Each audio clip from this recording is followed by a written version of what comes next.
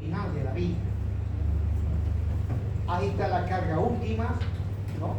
De kilonewton metro cuadrado, que ya lo habíamos calculado. A esta carga le tengo que adicionar el peso propio del nervio, porque las anteriores cargas se referían solamente a la placa. Y ahora, para el diseño de la viga, en el sentido longitudinal, de apoyo a apoyo, como digo, longitudinal de apoyo a apoyo, ¿ya? A esta carga le tengo que adicionar el peso propio del nervio. Entonces, Q sub U, carga última o de diseño para la placa. Luego, ahí está el ancho real. Y esa partecita de la sección que estoy sombreando es para no olvidarnos que en el caso de viga de sección T hay lo que llamamos el ancho efectivo de la placa. No siempre todo el ancho real participa de la resistencia. Generalmente hay porciones de la placa a izquierda y a derecha que no participan de la resistencia. Entonces, cuando se va a calcular una viga de sección T, vuelvo a repetir, lo primero que se realiza es calcular el ancho efectivo de la placa. Bien, ese es el espesor del nervio, la altura del nervio, y bueno, necesito esas medidas para determinar la carga lineal última para la viga placa. Resulta que esta carga superficial la tengo que linealizar. ¿Cómo la linealizo? ¿Alguien me dice? Lo tengo que multiplicar por el ancho real. Multiplico por el ancho real y se convierte en una carga linealmente distribuida, ¿no? De apoyo a apoyo. Y le voy a llamar Q sub U2. Por lo tanto, Q sub U1 por el ancho real, ya esta carga está linealizada. Y a eso le tengo que sumar el peso propio del nervio. Y el peso propio del nervio es una carga muerta, es una carga permanente. Por lo tanto, la carga última o de diseño correspondiente al nervio es 1.2 por el peso específico del material por la sección transversal del nervio. La sección transversal del nervio es su ancho por su altura y ciego otro quiere decir. Entonces, con esto, a esta carga distribuida superficial que multiplicada por B sub R se la linealiza, se le debe sumar el peso propio del nervio, que lo calculamos de esta manera y también está linealizada. Y finalmente, la viga, que está simplemente apoyada, ha de estar sometida a una carga Q sub U segunda. Q sub U segunda. Con esa carga es que tengo que diseñar la viga de sección T, que está en kilonewton por metro lineal. La viga tiene luz L y luego el momento máximo está en el centro, es positivo, Q por L cuadrado sobre 8, y donde este momento, bueno, una vez calculado el momento,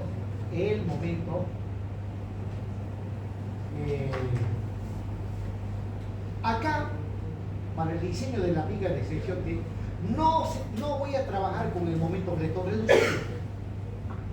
Vamos a trabajar con valores absolutos, no con valores adimensionales. Entonces, para el diseño, una vez calculado el momento, necesito saber en qué caso estoy. Caso 1, caso 2, caso 3. ¿No? Bueno, en cierta medida sí hay que averiguar en qué caso estamos. Pero aquí hay un caso especial. Cuando el eje neutro pasa cortando el nervio o cuando el eje neutro pasa cortando la placa. Hay esas dos opciones que lo detallaremos a continuación. Bueno, si el momento de diseño de la placa M sub U es menor a M sub 0, más adelantecito explico que es M sub 0, Resulta que la placa se diseña como si fuese una viga de sección rectangular. Si el momento M1 de diseño es menor o igual a M sub 0, resulta que la viga de sección D se diseña como si fuese una viga de sección rectangular, o sea, de ese tipo, como si fuese una viga de sección rectangular. Y resulta que en la vida real, este es el caso que más se presenta, donde M sub U es menor o igual a M sub 0. Entonces, se diseña como una viga de sección rectangular. Calculo el momento flector reducido y como se diseña como si fuese una viga de sección rectangular, entonces pues aplico el procedimiento de diseño de vigas de sección rectangular, ¿no? Calculo el momento flector reducido, y si estoy en el caso 1, caso 2, no necesito armadura comprimida, necesito armadura traccionada, y si estoy en el caso 3, necesito armadura comprimida y también necesito armadura traccionada, ¿no? Y luego, esa armadura que he calculado la tengo que distribuir en la sección transversal, ¿no? Entonces, ahí está la armadura en la placa, que ya en la anterior diapositiva mostré el procedimiento para calcular esta armadura de la placa. Pero ahora, la armadura de la viga de sección D, que en este caso se diseña como si fuese sección rectangular, necesito la armadura comprimida y la armadura traccionada, o en su defecto solamente la armadura traccionada, ¿no? Entonces ahí dice A sub S1 de la placa, la armadura traccionada de la placa. Y ahora, la armadura traccionada de la sección D, cuando éste trabaja en el sentido longitudinal, ahí está su armadura traccionada.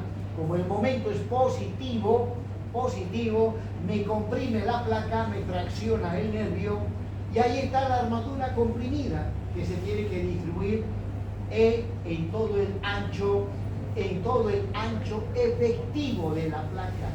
No se distribuye en todo el ancho real. La armadura comprimida, si es necesario diseñar y calcular, ¿ya? Y luego, ya, esa es la armadura comprimida, y luego la armadura denominada estribos, o también se le llama armadura transversal.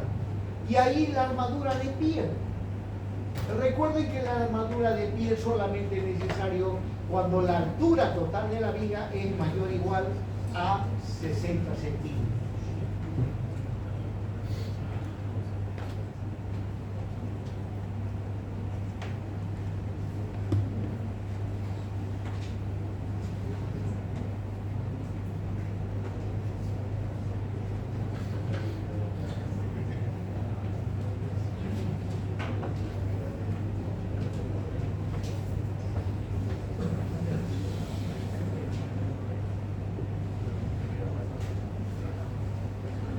¿En qué materia llevaron ustedes diseño de muros de contención?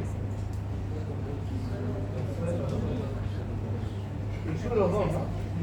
El suelo 2.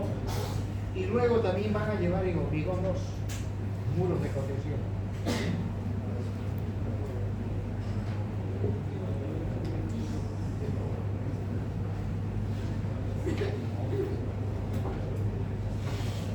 ¿Y en qué materia llevaron ustedes submuración? Submuración. Miren, muros de contención. En mi vida habré calculado, voy a 42 años como ingeniero. En mi vida habré calculado unos 2 o 3 muritos de contención. No es muy común eso. Submuración es el pan de cada día. ¿Alguien sabe qué significa submuración? Claro. Es un trabajo que se realiza en la mayoría de las obras y deberían enseñarnos.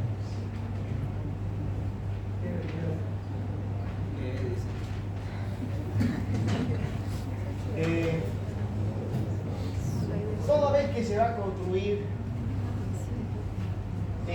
al lado pues, generalmente hay un vecino con su casa, al otro lado también otro vecino con su casa. Y se supone que cuando vaya a construir en esta zona, tengo que excavar para llegar a la cota de fundación. Y al excavar principalmente esta partecita, el cimiento del vecino queda a la vista. Y ese es un peligro tremendo. Peor si es un edificio alto, porque va a llegar toneladas y toneladas. Entonces, al excavar esta zona, pues es un peligro. Y peor aún si lo que se va a construir es con subsuelo. Subsuelo. Tienen que retirar todo ello. Y los cimientos del vecino, ¿no? Y como el suelo de Santa Cruz es muy deleznable, o sea, de la nada se va, pues fácilmente esta parte del suelo puede venirse, esta parte del suelo se viene y listo, los cimientos del vecino quedan colgados. Entonces, obviamente, para que no funcione de esa manera, hay que realizar los trabajos de submuración.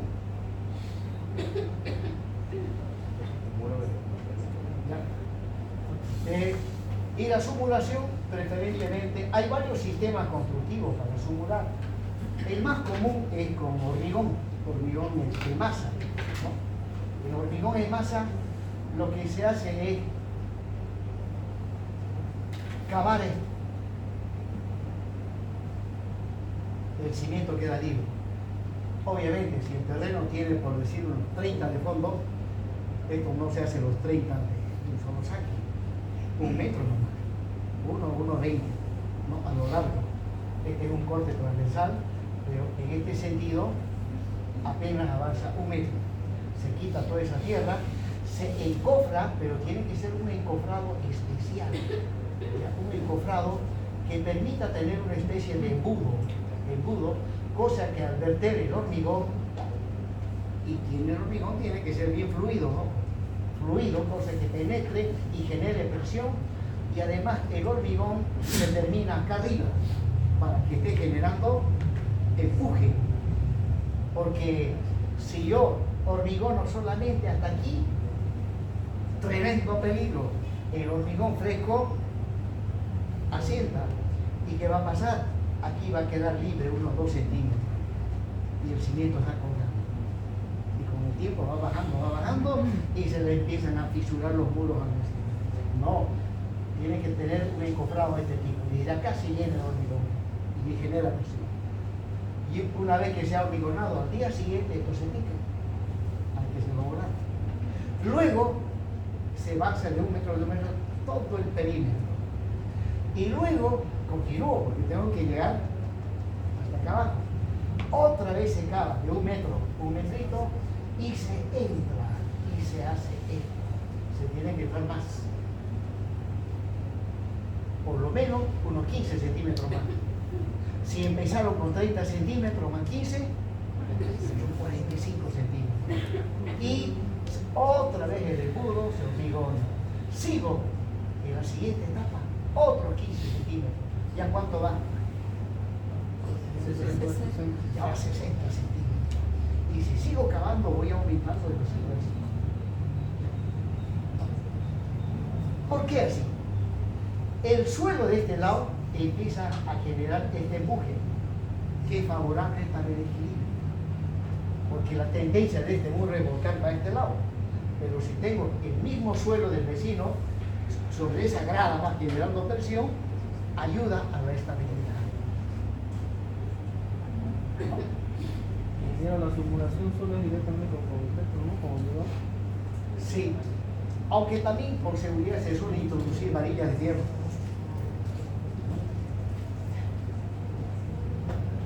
Y si la fundación, digamos, es superficial, por decir 1,20, igual al vecino hay que hacerle la submuración.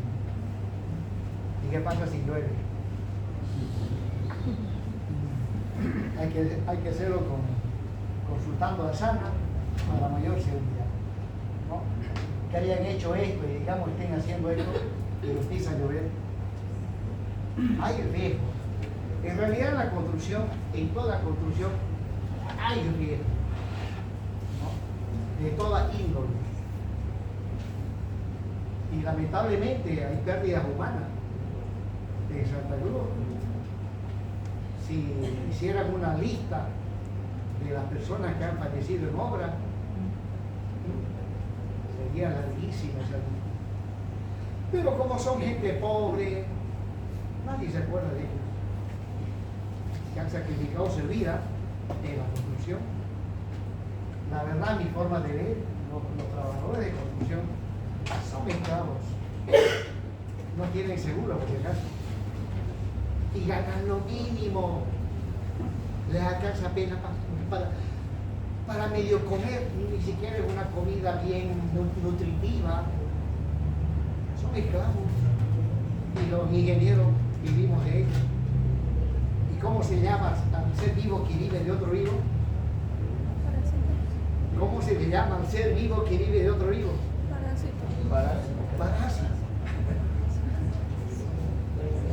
Vivimos en una sociedad que hay parásitos que viven de otro.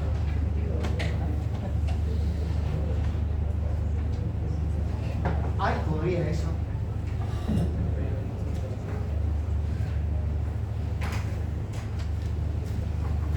Bien, jóvenes, continuando.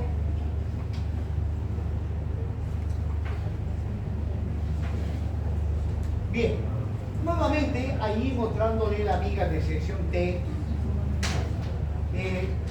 donde esta viga de sección T es una sección T, de viga de sección T simple o viga de sección T aislada.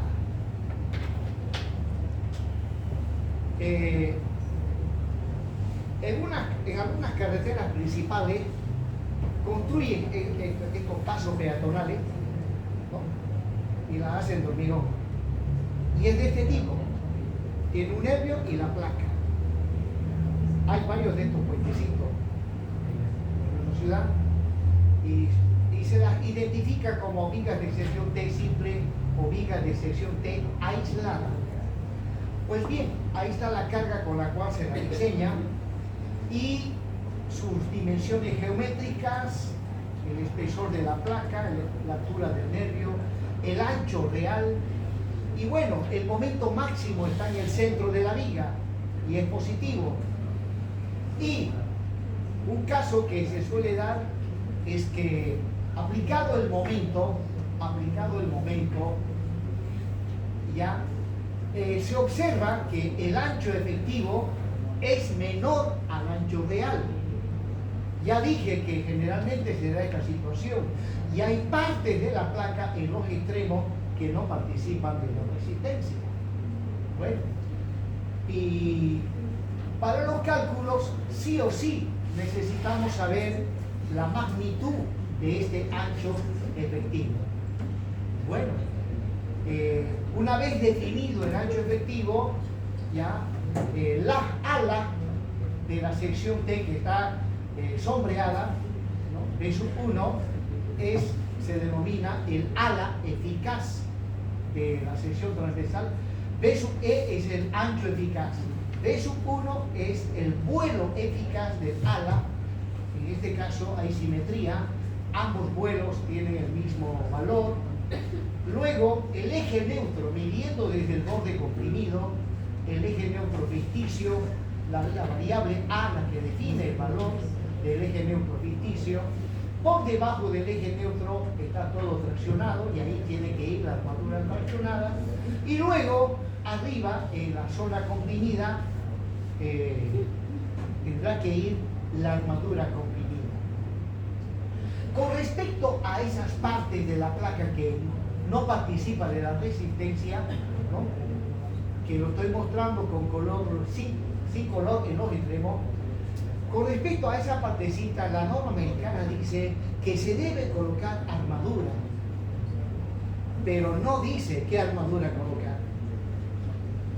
no dice qué armadura se debe colocar. Bueno, los estribos, la armadura de la placa, lo que acabo de mostrar de ahorita, es la armadura de la placa. Esa es la armadura de la placa. Y bueno, H sub F es el espesor de la placa, donde el H sub F siempre tiene que ser mayor o igual a el espesor del nervio dividido entre 2. Lo que estoy mostrando a continuación son especificaciones técnicas que deben cumplir tanto la ala como el nervio de la viga de sección T. En este caso, me están diciendo que el espesor de la placa tiene que ser mayor o igual a el espesor del nervio dividido entre 2.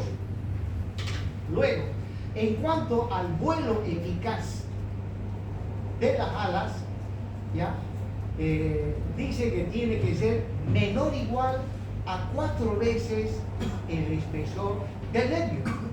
Menor o igual, lo cual significa que puedo tomar 3, puedo tomar 2, puedo tomar 1, inclusive puedo tomar B sub W.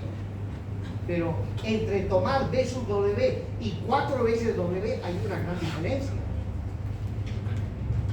Bueno, una vez definido el vuelo eficaz de las alas, ¿ya? Para el caso de vigas de sección T simples o aisladas, ¿ya?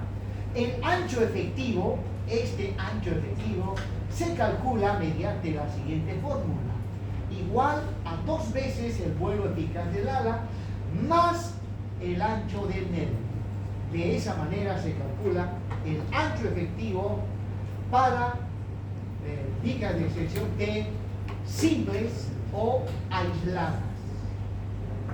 Pero hay cierta incongruencia en definir el valor de B sub 1, ¿no? Alguien puede tomar 4 veces, otro puede tomar 3, 2, 1, y obviamente va a llegar a resultados diferentes.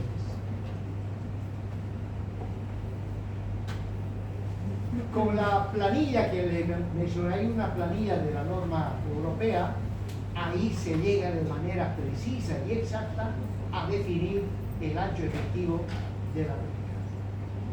Bien, ahora, ahí tengo una placa bastante grande con varios nervios, y es una estructura monolítica. Monolítica significa que de una sola vez se ha hormigonado, de una sola vez los nervios y la placa. Por ahí se suele ver construcciones donde primeramente hormigonan los nervios y en una segunda etapa hormigona la placa. Bueno, eso lo hacen los albañiles, los contratistas, los arquitectos hacen eso, pero un ingeniero no. Él tiene que planificar para tener, como dije, una estructura monolítica. Porque si hormigona por etapa, resulta que yo hormigono hoy los nervios y al día siguiente hormigono la placa, ya no es lo mismo, porque el hormigón de los nervios ya ha adquirido cierta dureza y ya no hay unión con el nuevo hormigón. No hay unión de ninguna índole. Lo que los ha de unir es armadura, los estribos, por ejemplo, pero el hormigón con hormigón ya no hay unión. A no ser que utilicen un producto químico de Sika, que antes de hormigonar la placa, la parte superficial de los nervios lo impregnan de ese producto, se llama Cicadur 32, ¿ya? Un tachito de este tanto vale 320 bolivianos, y para llenar todos esos nervios van a necesitar como mínimo unos 20 tachos, pero la garantía es que si utilizan ese producto, en cualquier parte puede romper, pero ahí donde utilizaron ese producto jamás sale a romper. Esa es la garantía del producto de Cicadur 32.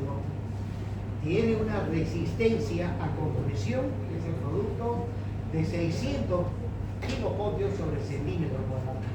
Y si el hormigón es un H25, el producto tiene una resistencia 3 veces el hormigón. Por eso que garantiza una unión. Se utiliza ese producto en casos muy excepcionales, donde está en juego la resistencia o la seguridad de la estructura. Entonces, con ese producto se asegura bien los elementos que tienen problemas. Bien, ahí está la carga sobre la placa, la luz de la viga. Y ahora, cuando se tiene varios nervios, pues acá lo que interesa conocer primero el espesor de los nervios y luego la distancia que hay entre estos nervios. Pues vamos a identificar con A1 la distancia entre las caras laterales internas, de los nervios. Y luego B/W es el espesor de los nervios. Bueno, si aislamos un nervio con la porción de placa adyacente a ambos lados de ese nervio, voy a tener la figura que estoy mostrando acá, donde para ello necesito definir el ancho efectivo de la placa, el ancho efectivo. Pues bien, cuando se tiene vigas de sección T múltiples, así se denomina esto, vigas de sección T múltiples, primeramente empiezo definiendo el vuelo eficaz de las alas, donde el vuelo eficaz de las alas es el menor de esos dos valores, 8 veces el espesor de la placa o A1 dividido entre 2.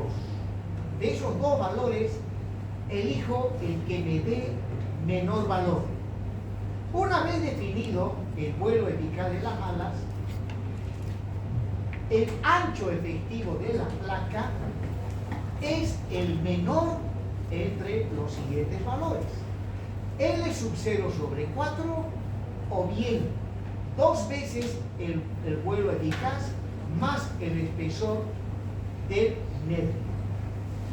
De estos dos debo elegir el menor, y ese ha de ser en definitiva el ancho eficaz de la placa. L/0,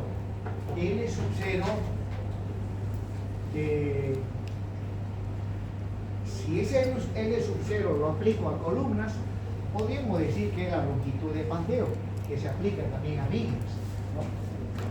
En el caso de tener una viguita simplemente apoyada en los extremos de luz L, L/0 es igual a L.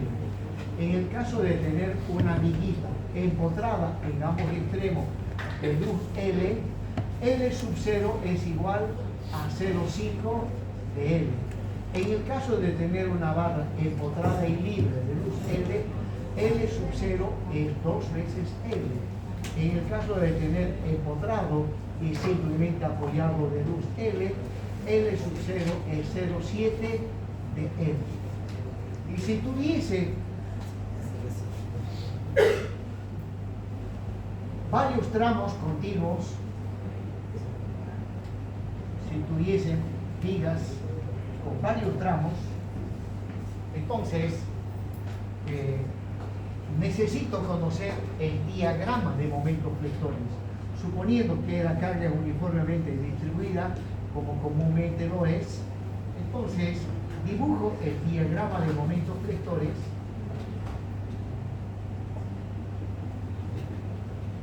y acá el momento es positivo, negativo, negativo, negativo, positivo, positivo, positivo.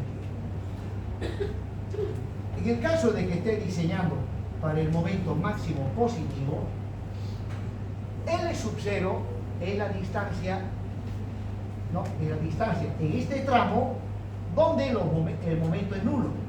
Pues en el apoyo es nulo y aquí también es nulo, ¿no? Para cuando vaya a diseñar para este momento máximo. Por lo tanto, L/0 es la distancia entre esos dos puntos donde el momento es nulo. Si voy a diseñar para el momento máximo negativo, también adyacente a este momento máximo, a la izquierda y un punto donde el momento es nulo, y a la derecha otro punto donde el momento es nulo. La distancia entre ambos puntos es L sub 0. Y así sucesivamente, según sea el momento positivo o negativo, ¿no? Siempre se diseña para los valores máximos. En este caso, ¿cuántos valores máximos tengo? 1, 2, 3, 4, 5, 6, 7. 7 diseños hay que realizar. 7 diseños.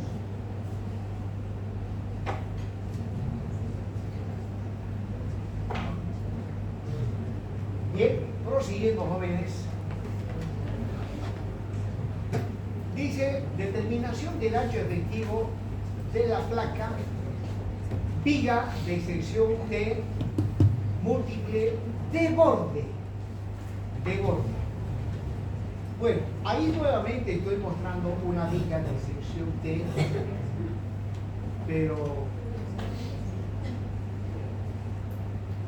la que mostré en esta diapositiva, la placa termina en volado. A este lado hay un volado y en el otro extremo también está en volado.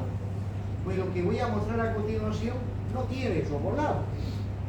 Por lo tanto, podemos hablar que las del centro son vigas centrales y las de los extremos son vigas de borde, ¿no? Son vigas de borde. Pues bien, las vigas de borde, como se supone que la estructura ha sido hormigonada en un solo envión, o sea, totalmente monolítica, los nervios trabajan junto con la placa. Esa es la ventaja de hormigonar en uno solo. Nervios y placa trabajan en uno solo. En cambio, si hormigono primero los nervios y después la placa, ya no trabajan porque no es una estructura monolítica, ¿no? Ya el nervio trabaja de forma independiente y no es conveniente hacer eso desde ningún punto de vista. Bueno, con respecto a las vigas de borde, cada viga de borde trabaja con una porción de la placa, ¿no? Acá en el otro extremo, este nervio ha de trabajar también con una porción de la placa, de manera tal que en definitiva, ¿ya? La zona comprimida, asumiendo que el momento es positivo, ¿ya? La zona comprimida ha de tener la forma de una letra en L, Entonces, las vigas de borde justamente se las diseña como vigas de sección en L, donde el nervio, como decía hace un momento, trabaja con una cierta porción de la placa, formando de esa manera una viga de sección en L. Bueno, ahí está el espesor del nervio, la altura del nervio, la altura total, el espesor de la placa, y asumiendo que el momento es positivo, entonces, como iba comentando hace un momento, ya el nervio trabaja con una porción de placa, y aquí pues lo que tengo es una viga de sección en L, que también le podemos llamar viga placa, por cuanto la viga trabaja con una porción de placa. Y acá, ahí está la variable que define la posición del eje neutro, el vuelo eficaz del ala y el ancho efectivo de la placa. Aquí lo que interesa es calcular el ancho efectivo de la placa. Pues bien, en este caso, ahí va a ir la armadura traccionada y en la parte superior la armadura comprimida y los estribos que suelen llevar las vigas de hormigón armado. Bien, empezamos calculando el vuelo eficaz del ala de sub 1. Bueno, aquí no se calcula, sino simplemente hay que elegir entre estos tres valores. Entre estos tres debo elegir el menor. El menor. L sub 0, acabo de explicar que es L sub 0, H sub F es el espesor de la placa, A sub 1, la distancia libre entre las caras internas de los nervios, y una vez calculado B sub 1, el ancho efectivo de la placa es menor o igual a B sub omega más B sub 1. Menor o igual, dice la norma americana. Y una vez definido el ancho efectivo, ya se procede al diseño propiamente dicho de la viga de sección E.